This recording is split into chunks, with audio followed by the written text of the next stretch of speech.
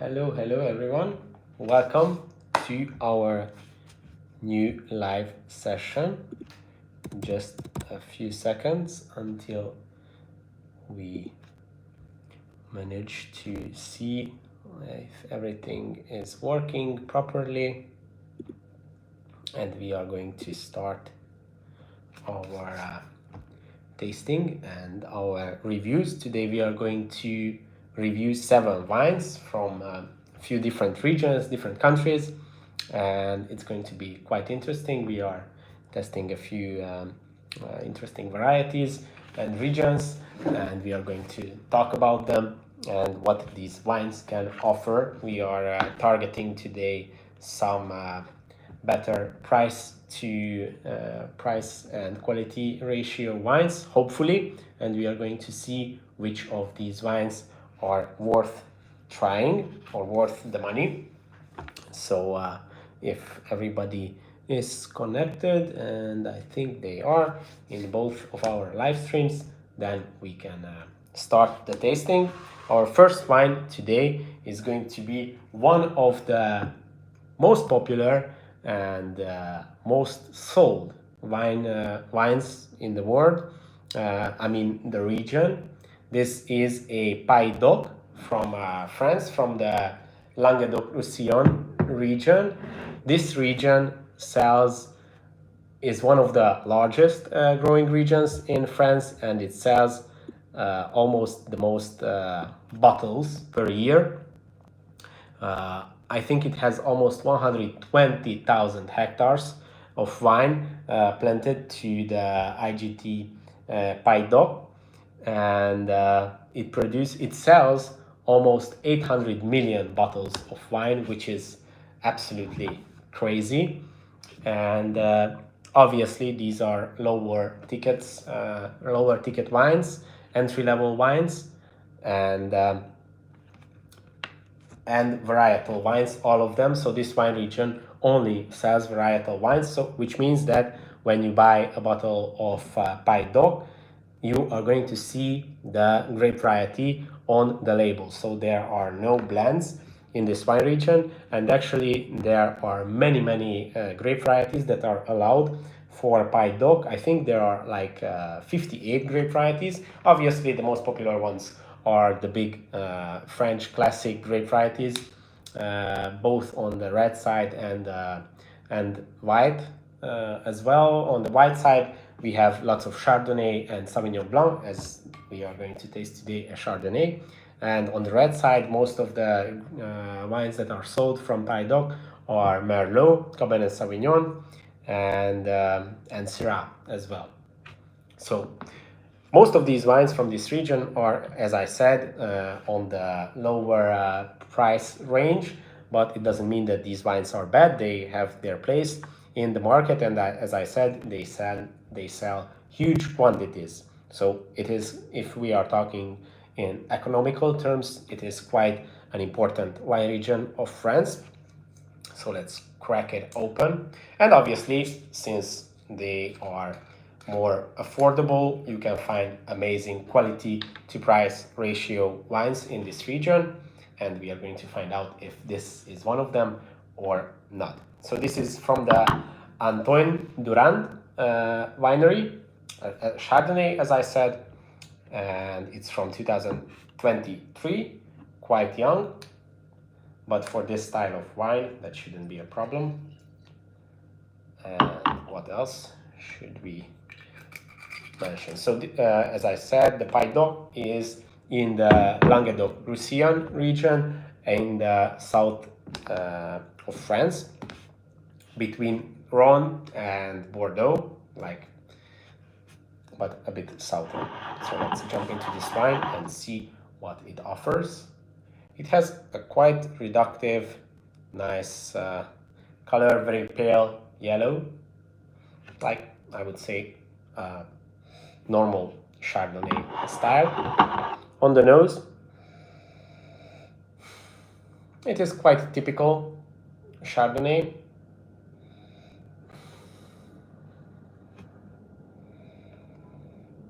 Some citric, some apple notes. some green apple. Okay, let's taste it.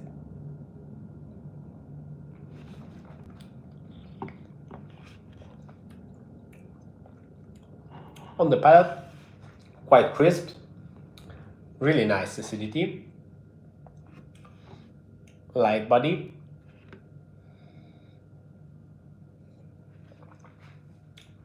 but not too complex, and it has a quite fast finish, so it doesn't linger on your palate for a long time. And actually it's pretty alcoholic. Let's see what was the alcohol level. Wow, it's 13%. For a Chardonnay this caliber, that's quite high. Should I place it closer for you to see? That's an interesting wine. I would say, I wasn't sure, we should put the price later in the video. I don't really remember what was the price, but it was more affordable.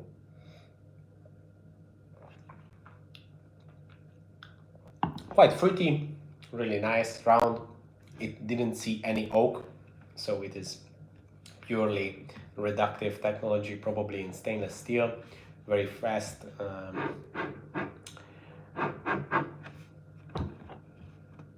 And easy going.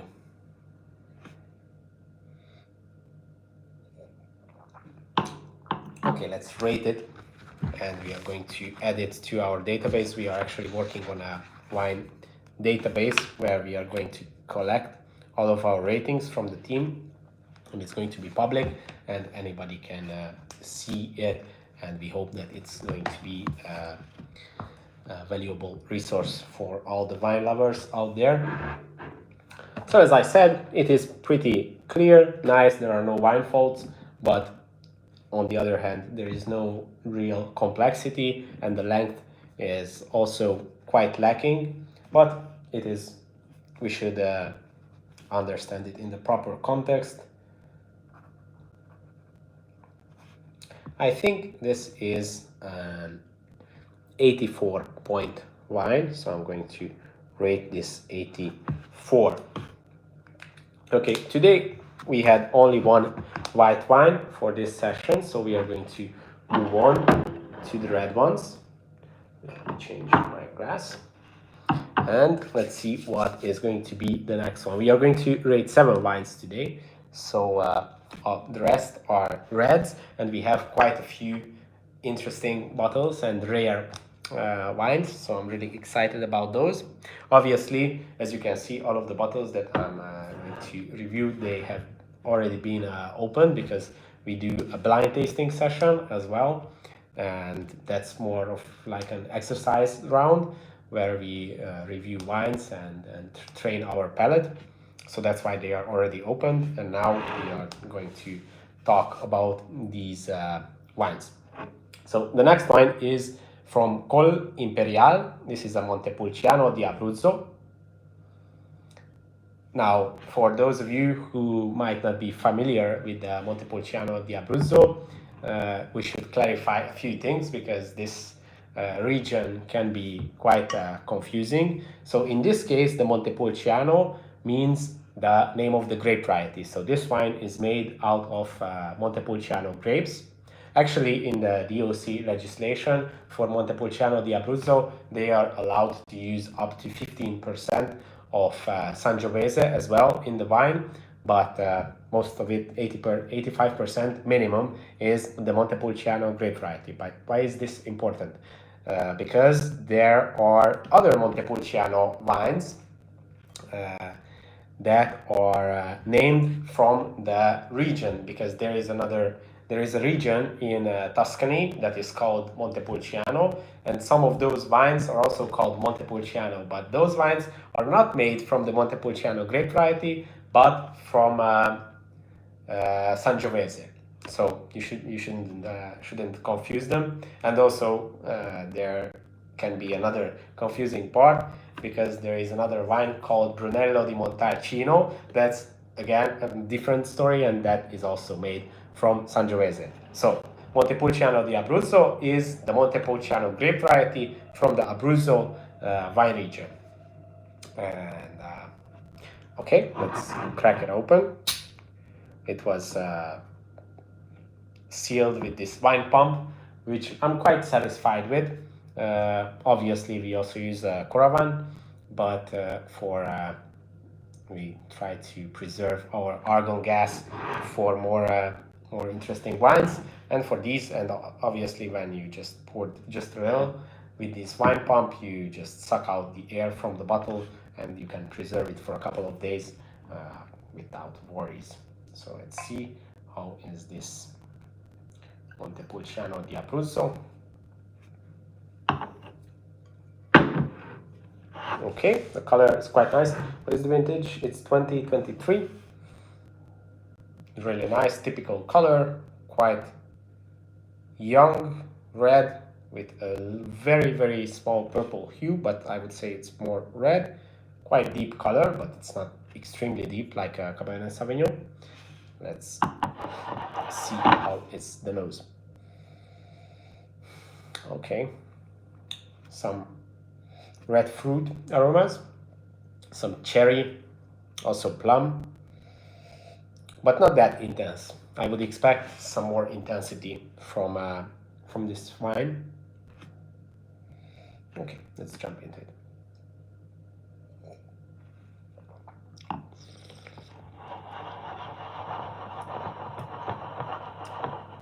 Okay, interesting.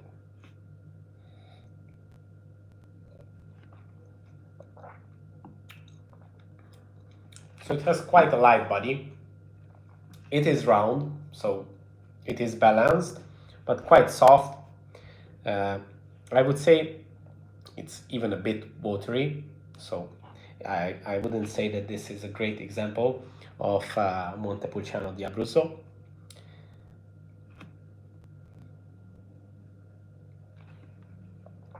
It has nice red fruit aromas, quite balanced. There is some tannin to it, but not overwhelming. I don't think that this one saw oak either, as I said for the previous one, obviously.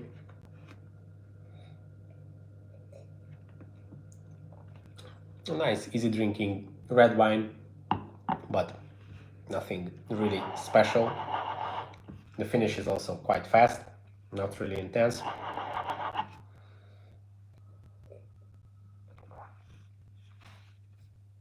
There is just nothing, not too much to talk about with this wine.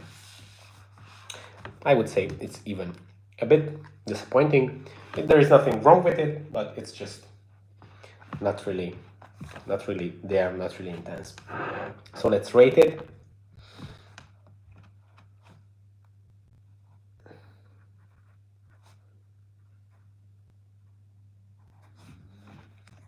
Just let's give it another chance, last chance.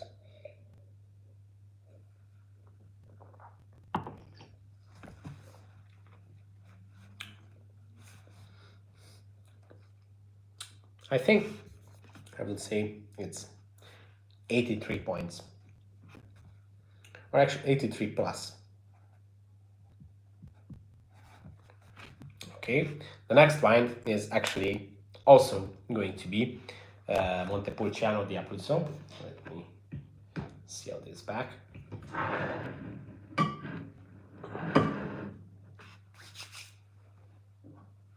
But this is from a different producer, but the same age.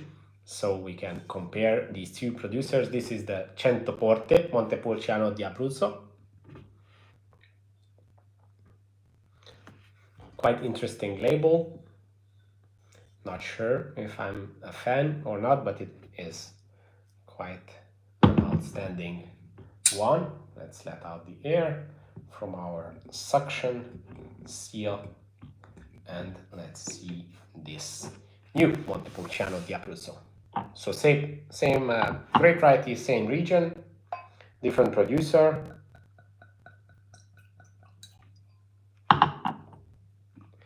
Same vintage as well. So let's jump into it. The color, I would say this has a bit deeper color. more deep red. Let's see. Okay, now this has much more intense aroma. It also has some more dark fruity characters, some blackberries, even some. It has a bit of a jammy character, so I would say that these grapes were a lot riper when they were harvested and a bit more intense, which can be caused by a lower yield. I can already tell that this is a more intense wine, a lot more sophisticated. It has very slight spice characters, but no oak. I wouldn't say. Doesn't. And also being 2023, it is probably not an oaked wine. Okay, let's taste it. Cheers.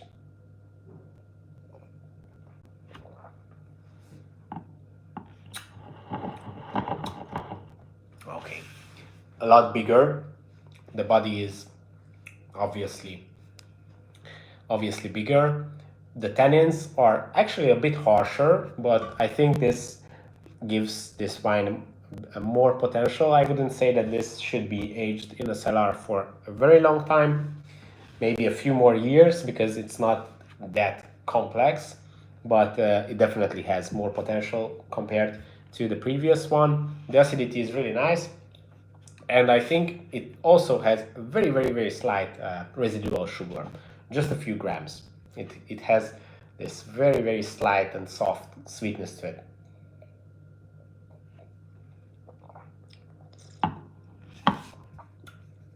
I would say this is a more typical Montepulciano di Abruzzo. Really nice, and the finish is also a bit longer.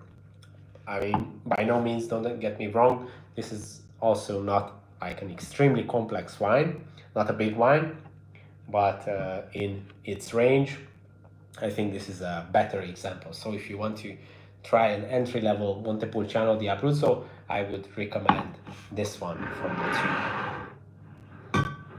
This one is a lot better, actually.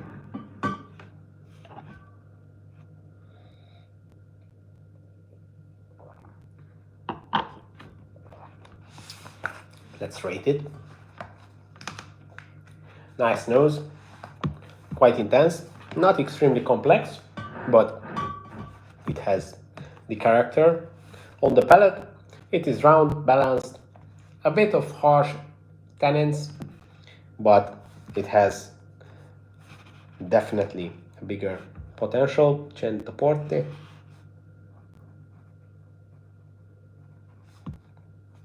I would give this wine 85 points.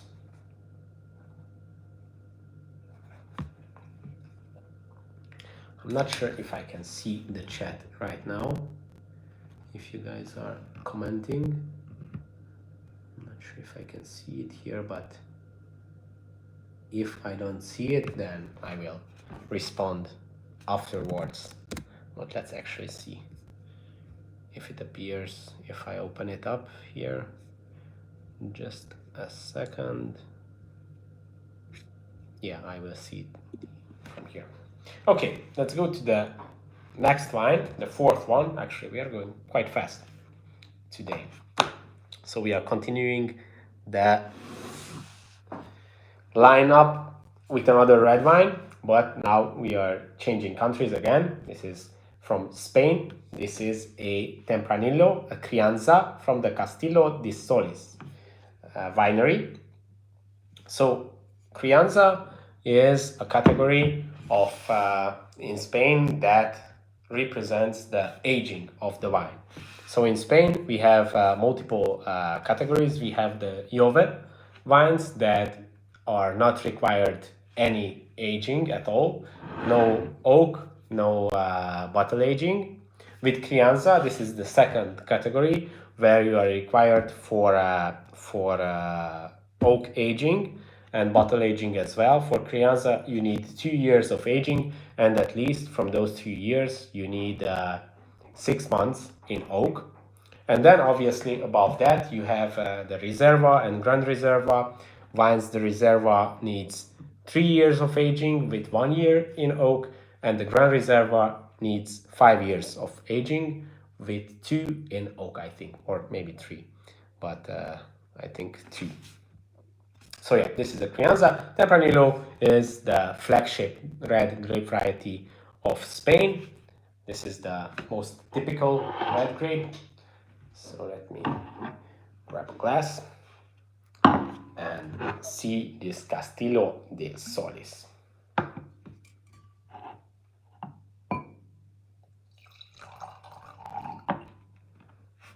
Okay. And also I didn't mention, this is from the Valdepenas wine region.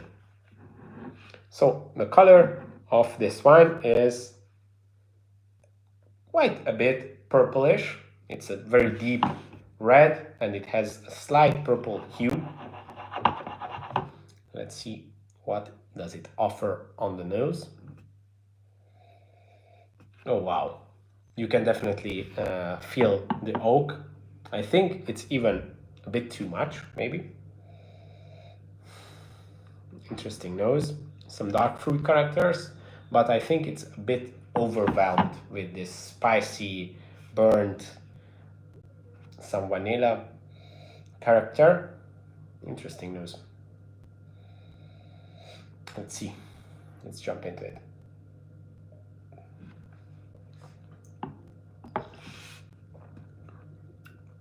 Okay, we have very ripe fruits. This definitely has some residual sugar as well. Really ripe, quite nice body, I would say medium body. The tannins are nicely integrated. This is vintage 2020. Really nice integrated tannins. The length is, I would say, medium length.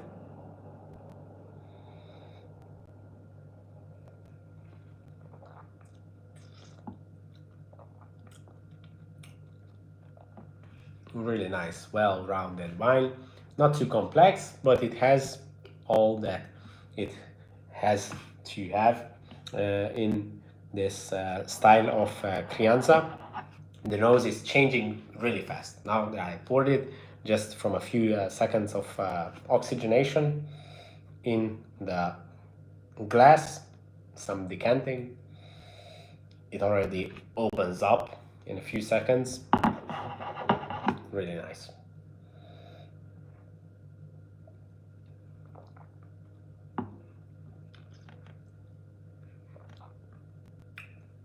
Nice grippy tannins, but not harsh, but really nice integrated tannins.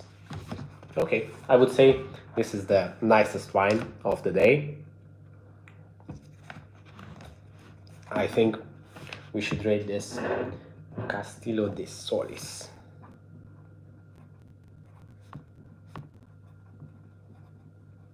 We should rate this 86 points.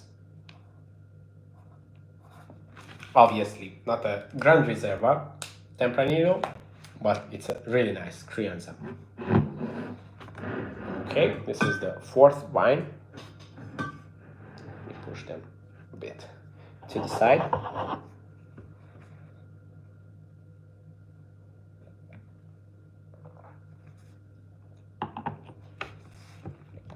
Yeah, it definitely deserves the 86 points.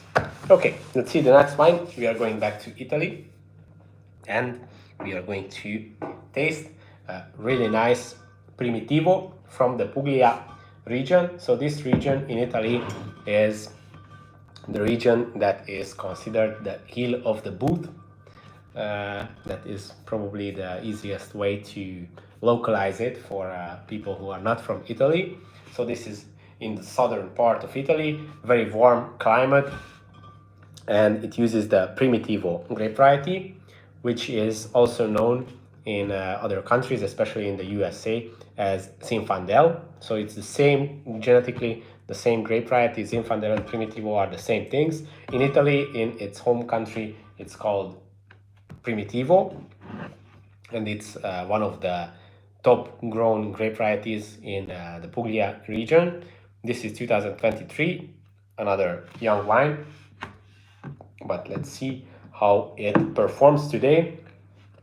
Obviously, the Primitivo grape variety is a very good sugar collector. So when it ripens, it collects lots of sugar, which means that some of these wines can have a higher alcohol level. Some can even reach to 14-15%. This one is not the case here, but actually it's quite high as well. It's 13%. And also you can see lots of Primitivos or Zinfandos having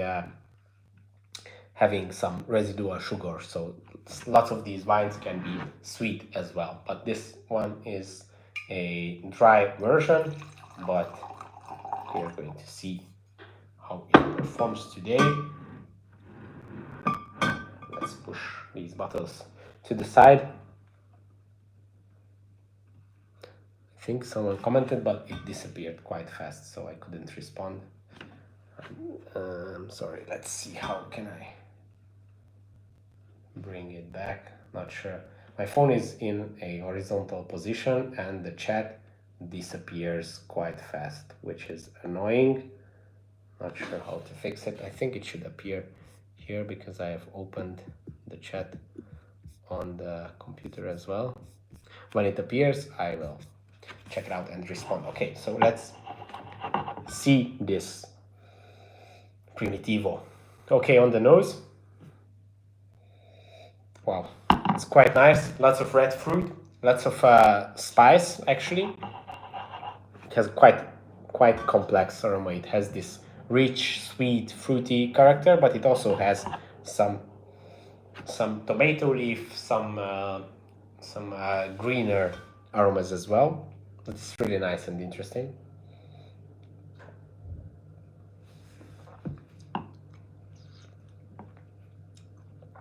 Okay, wow. This, I will take it back. This has some residual sugar. It is just slightly sweet, very big tannins. The body is not too big.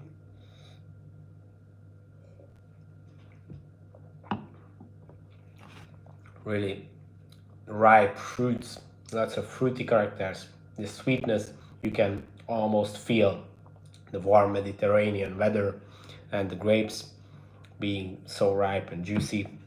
It's really nice, representative, entry-level Primitivo.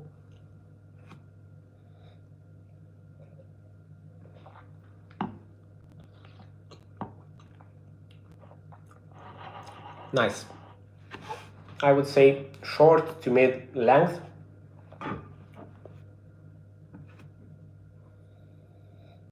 The nose is quite intense, a bit simple, but really interesting.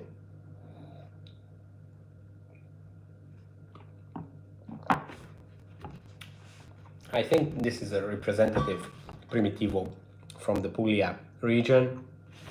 I would say that if you are looking for Puglia to understand this region, this shows it in a way, being more approachable wine. So it's not too complex, not too sophisticated, but it kind of describes this style of Primitivo. So it's rated Prima d'Oro.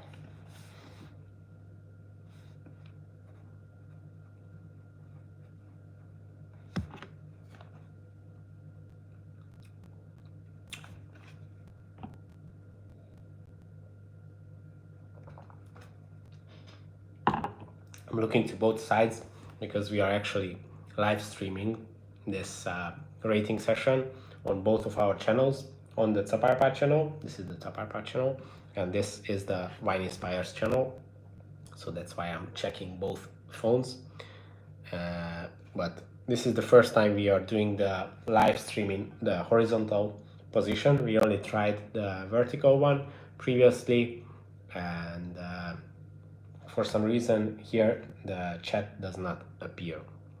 In the vertical position it appeared, and we had very interesting and different results. The first time when we did, actually the first two times when we did a live stream in the vertical position, for some reason, I'm not sure if it was just by chance or since then we have changed something, but for the first two sessions we had explosive views, so it was crazy. On the Wine Inspires channel, our first live had 8,000 viewers for a short live stream. That was actually vineyard pruning live stream, and the second one had 18,000. But this explosive performance disappeared from the third live stream and came back to normal. Not sure what that was. Maybe YouTube has like this algorithm to pump people up when they first start live streaming to have higher numbers. Not sure what is the explanation, but that's what happened. Now we are back to normal, and that's why we came back to, not came back, this is actually the first time doing the horizontal live stream, because we are testing if this has an effect on the algorithm, because obviously when you do the vertical live stream, that also appears in the shorts feed when people are going zombie brain and just scrolling the vertical, the YouTube shorts, then that's when they find the live stream. And actually when we had those extreme viewership numbers, I mean extreme for our following, the YouTube studio showed that all of those viewers were from the shorts feed, so people scrolling, that's where they found us. So it wasn't our subscribers, but reaching new people from the shorts feed. But actually that's not our goal.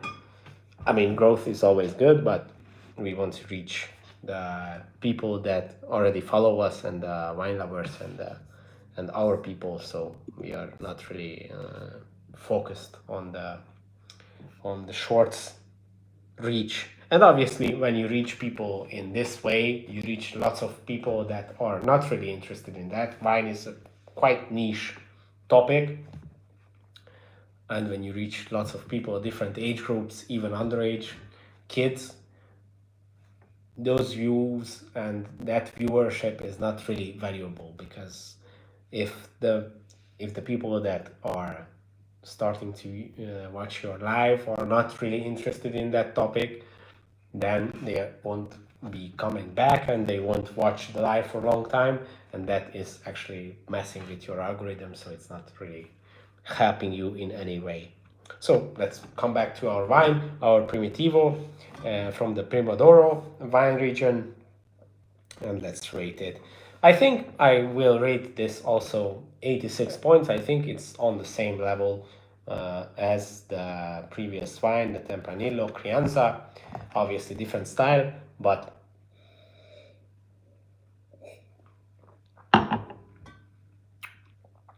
the same quality, I would say.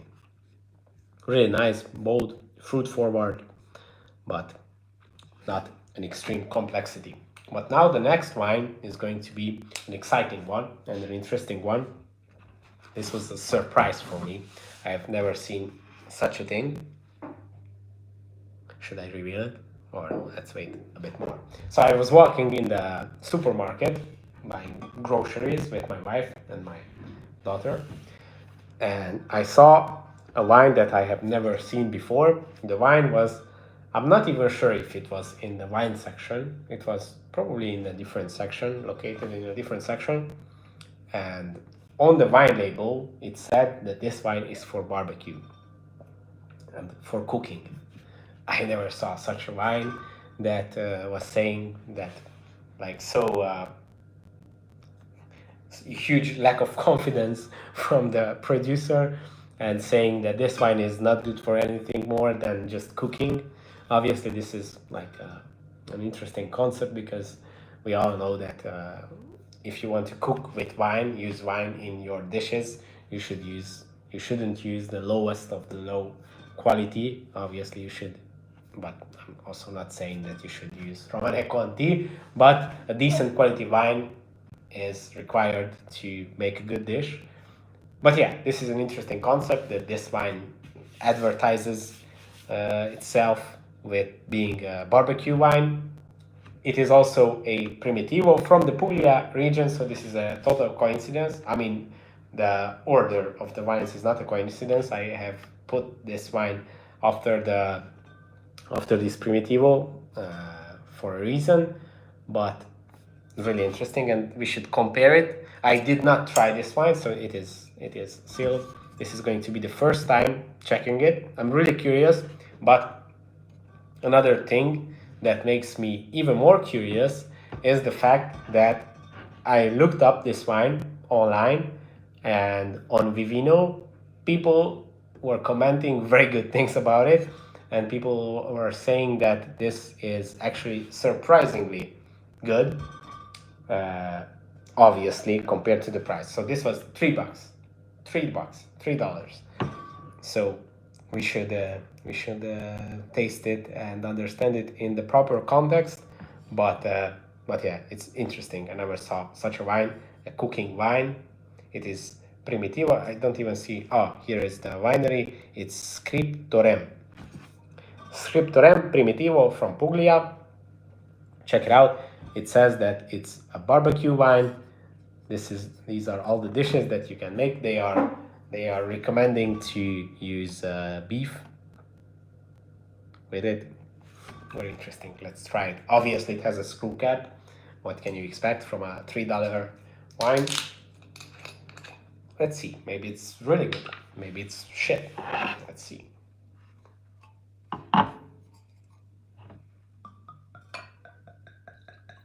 Okay. Looks like a red wine. That's a start, at least. Let's put it here so everybody can see what we are drinking. Let me move the bottles a bit.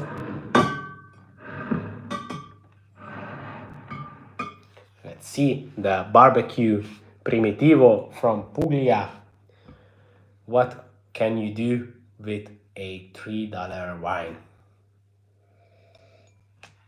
Okay. First impression, not bad. Some red fruit characters, even some spices. Not intense, not explosive, not complex, but it has a nice Primitivo aroma. Let's see what it offers on the palate.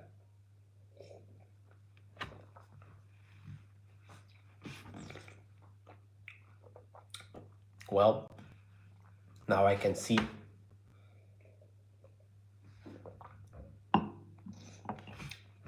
why the people of Vivino were surprised.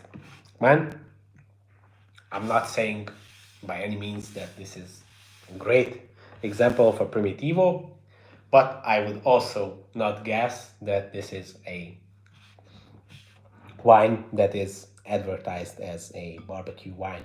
That is really interesting. Never tried such a thing. It's a normal entry-level Primitivo. Not complex, not long, not exciting, but it is definitely a correct wine.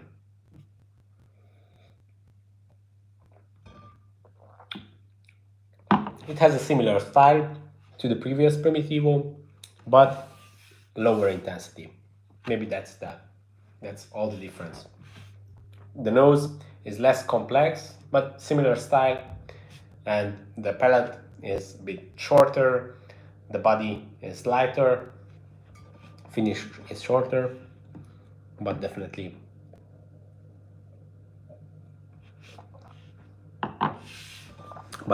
a Primitivo wine. Nowadays, I think that even the very cheap wines are produced in obviously a very quantity first strategy, but I think they are all a correct and legitimate wine. I'm not sure about the international market, but in our region, in Eastern Europe and in Hungary, there is this idea of all the cheap wines are made with tablets. which is, I'm not even sure where it comes from, because I don't really see a history. Maybe here in the communist regime, in the communist era, this was the thing, that they were making wine out of other things than wine. But nowadays, I don't think that that is the case anywhere, really. Even those really cheap wines from the regions that grow lots of wines with huge quantity, they are all correct wines made out of grapes, but in a very quantity first manner. They have huge yields on the grapes, they prune, and they do all the summer work in a manner to have as many clusters on the grapevine as possible. Keep up the good work. Oh, well done, Lauren. Actually, my cousin.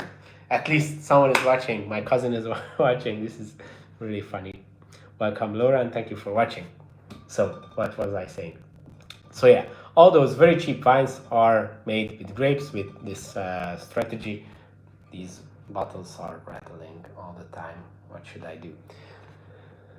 And obviously they are not offering complexity. They are not the most exciting and interesting wines, but for the market that they are targeting, they are the wines that fit this target. Okay, so I think we should move on to the last wine, the seventh wine of the day, and review it. It is going to be an interesting one.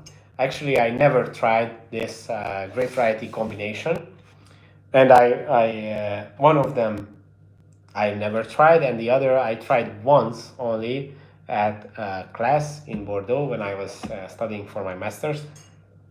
It is a very unique grape variety. So I think before I show you the wine, I should explain some background information for this. When we are talking about red wines, the grapes that we use for those red wines are grapes that have this dark skin, but the pulp of the grape, so the inside, the juice, is actually white. For almost all of the grapevines that we mention when we are talking about red wines. So even the darkest red wines, the deepest color, the Cabernet Sauvignons, have dark skin, but the juice is white, which means that if you harvest these grapes and press them in a very fast manner, so you don't do the maceration, then you will get a white juice. So you could make, and there are actually quite rare, but there are some white wines made out of red grapes, because the juice is white. To get a red wine, you have to take these grapes, red grapes, crush them, and do a maceration process. Maceration means that you leave the juice of the grapes in contact with the skin of the grapes that has the color content. The color in red wine is actually a chemical compound called anthocyanin. I actually made a video about this, so you can check it out on the channel after this live. Don't leave the live, where I explain the whole chemistry of the anthocyanin.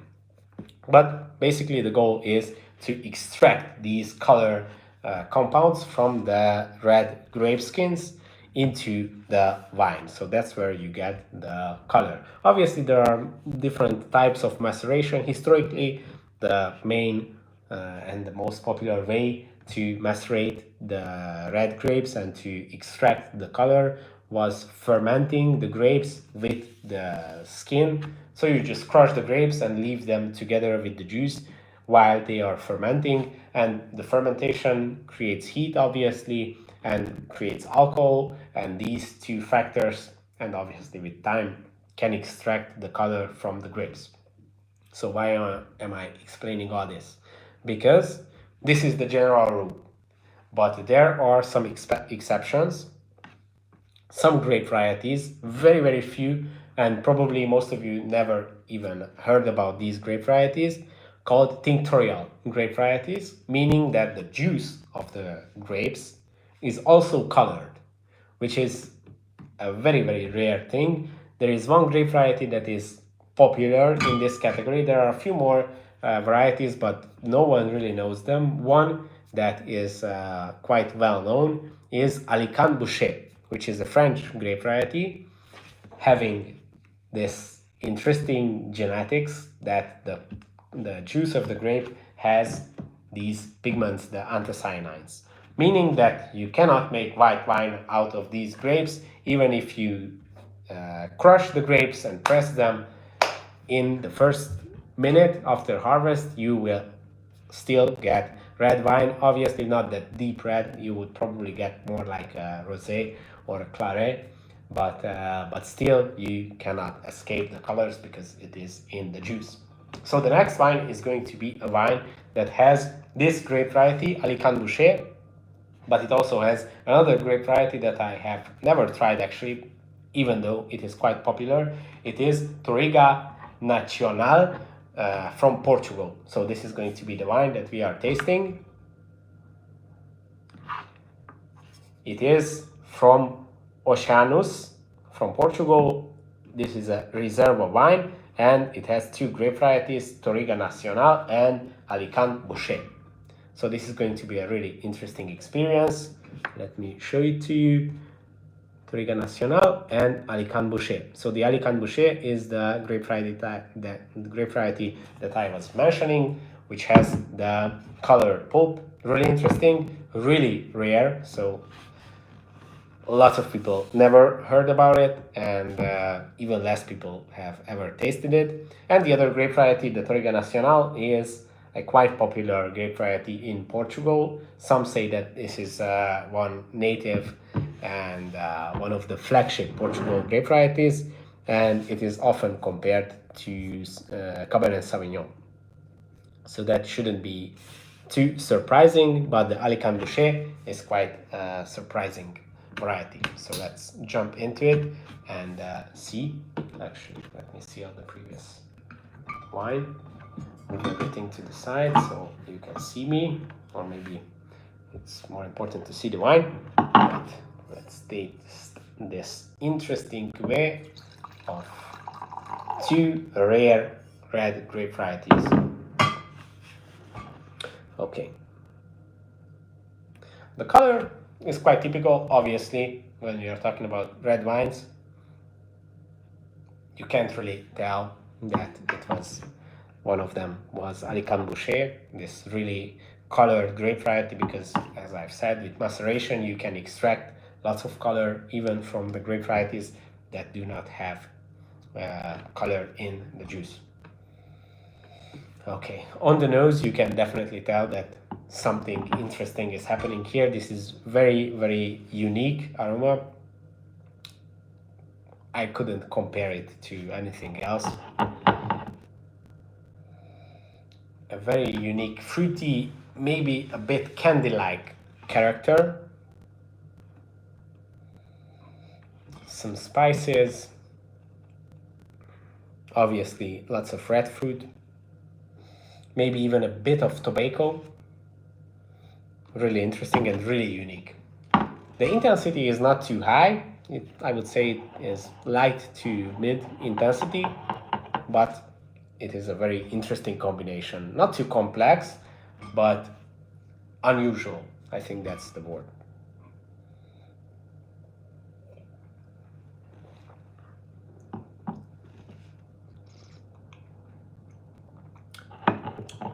On the palate,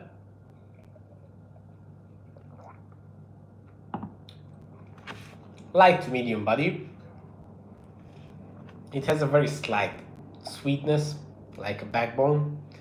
Very low amount of residual sugar, maybe a few grams, maybe 6 grams. But you can feel something there. The tannins are quite integrated and round, silky. What is the vintage? 2022. And the alcohol level is 13.5, quite high. Very interesting aroma. Probably most of this unique character comes from the Alicante Bouschet, since I don't have too much experience with the Touriga Nacional, but lots of people say that it's quite similar to Cabernet Sauvignon, so that shouldn't be giving this character.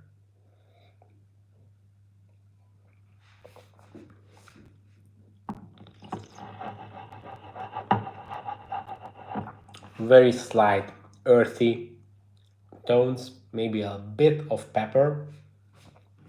Quite interesting. But the finish is short to medium, but I think it's shorter than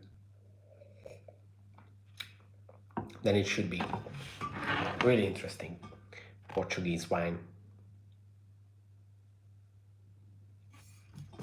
Quite a unique experience to taste an Alicante Boucher.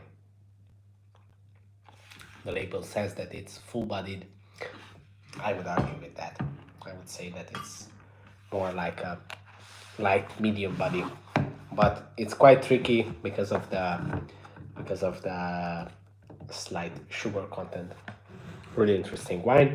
Let me rate this.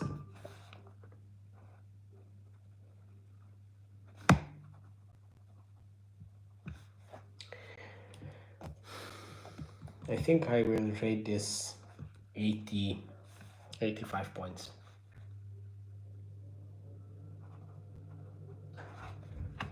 Unique experience. I would definitely recommend trying, not necessarily this wine, but a wine of this character, some Alicante Boucher, because it is definitely a unique experience. But I think it's an acquired taste, so some people might really love it and some people might hate it. If I would have to compare it to something specific, I would say that it has a very slight edge of this hybrid character. So if you have tasted any hybrid grape varieties, then you would know this slight Labrusca, we call it Labrusca tone. I'm not saying that it is like that, but it has a very slight edge of this interesting character. So that was the tasting of these 7 wines. I hope that it was interesting for you and you could learn something about these grape varieties and about these regions.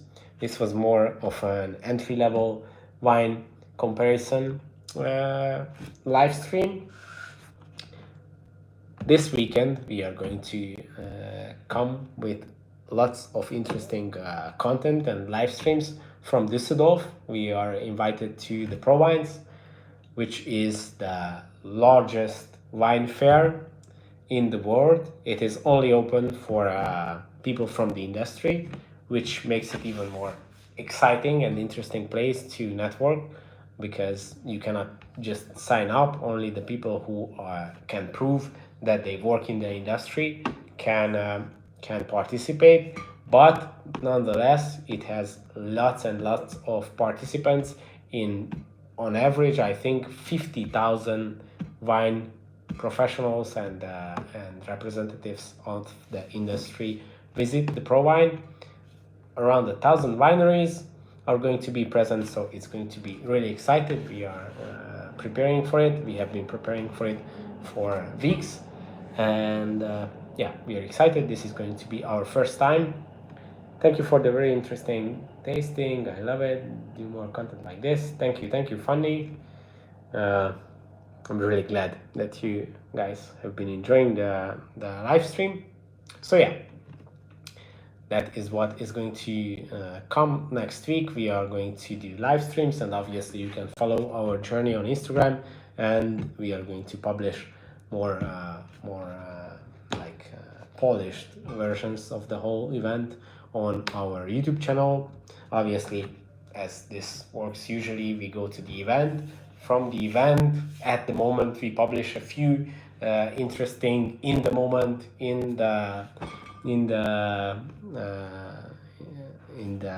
event's atmosphere, some snippets which are interesting because you can kind of see how it is behind the scenes. And afterwards, we collect all of our materials and all of our ideas. And as a conclusive piece, we will publish a longer video, which is more polished and tells the whole story and our experiences. So that's what you can expect from the next week. the event starts on this Sunday, so it's going to be 3 days, this Sunday and next Monday, Tuesday, which is a very interesting date choice. This is going to be our first time at the ProWine, but it's going to be interesting. And after that, you also have some interesting events, but let's leave some surprises as well for the next week. Thank you for watching. Thank you for joining, everybody, both on the Caparpad live stream and on the Wine Inspires live stream. And see you guys in the next episode. Bye bye.